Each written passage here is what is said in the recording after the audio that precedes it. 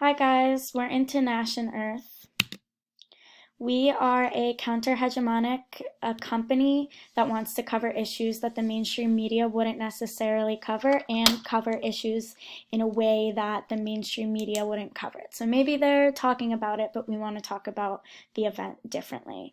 We have from our Boyd Barrett reading the quick definition of hegemonic news agencies, and they just proclaim independence from hegemonic news agencies as well from the empire itself.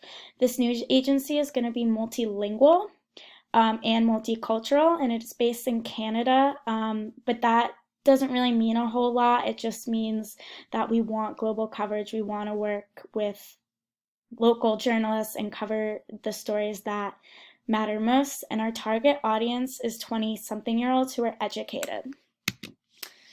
So our mission statement is to create a news organization that highlights stories from around the world while covering the news in a more inclusive manner than how the mainstream news would cover an event. We want to provide news that is not sensationalized and compassionate to the people being impacted by particular events. To achieve our goal, we plan to work with local journalists in order to provide accurate and culturally sensitive news. So we have this quote from the Bunce reading, which was about how the Kenyan elections in 2007, 2008 were covered. And there's just this history of Americans in the West covering Africa in a really negative light. And we don't want this in any of the places we're going to be covering, so we're really aware of that. So for one, we want training for all our journalists about covering different places and cultures, but that's really why we want to work with locals so that they're the ones producing and distributing content. Our reach, we want to be largely web-based. This means using social media, YouTube, having like a really clean website. And that's because of our target audience of young educated people.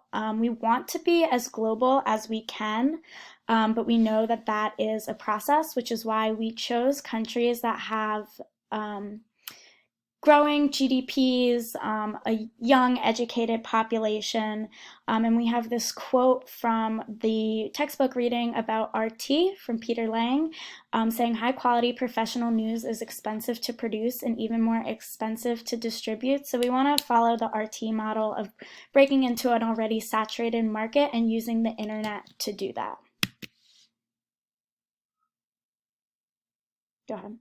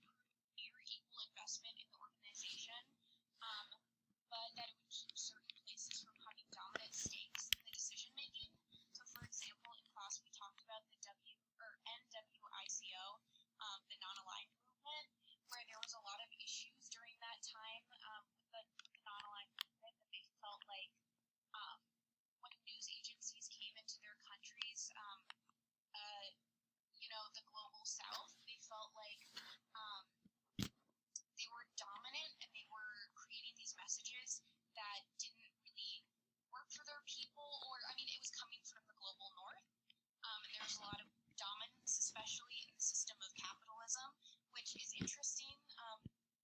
As far as our funding model takes place, I think it would be best for these people because it takes into consideration the background of a lot of different people. So we think that by including funding from all over the world, criticisms of nations with dominance can be combated. News can be localized as far as languages and reporters, but sharing common stories, ideas, and the like among themselves. Yeah, and I'm Olivia, and I'm gonna talk about obstacles. So, firstly, government regulation. Some governments have long kept tight reins on both traditional and new media to avoid potential subversion of its authority. Its tactics often entail strict media controls, using monitoring systems and firewalls, shuttering publications or websites, etc. And these regulations will significantly limit our distribution. And there's little we can do to break these regulations. What we can do is to translate our programs to multiple languages and reach multiple platforms so audience can access them as long as they have the chance. And secondly, the influence of capitalism is hard to be eliminated, since we would like to be less influenced by the government and just to be funded commercially. We would be influenced by capitalism as a trade-off. As Barrett points out in his article, counter-hegemonic agencies could be influenced by Western world's neoliberal hegemony as they are funded commercially. We believe we are truly global in the sense that we are reaching audience from all over the world, just as Brett defines counter-hegemonic agencies developed from national foundations, aspiring to global status and have a hegemonic hold over the world's information flow. And as for our programming, as mentioned before, we dedicated in counter-mainstream news that pays attention to the other side of the story while being as inclusive and objective as possible. Our programming will consist in-depth investigative reporting and talk programs. We want to be on the ground to report with in-depth story, especially for writing pieces, so we can make sure everything supports business standards. We will also come up with a summary that suits our social media platforms. Meanwhile, as our target audiences are young educated adults and we are a web-based agency that plan to launch our programs on YouTube, we want to hold talk shows that provide creative perspectives of issues with humor as influence to attract our audience attention. We aim at covering international issues that cause conflict globally and report stories of underrepresented groups, including women's welfare, LGBTQ group, and people of color. Thank you guys for listening, and we look forward to answering your questions. Bye. Thank you, everyone. Yeah.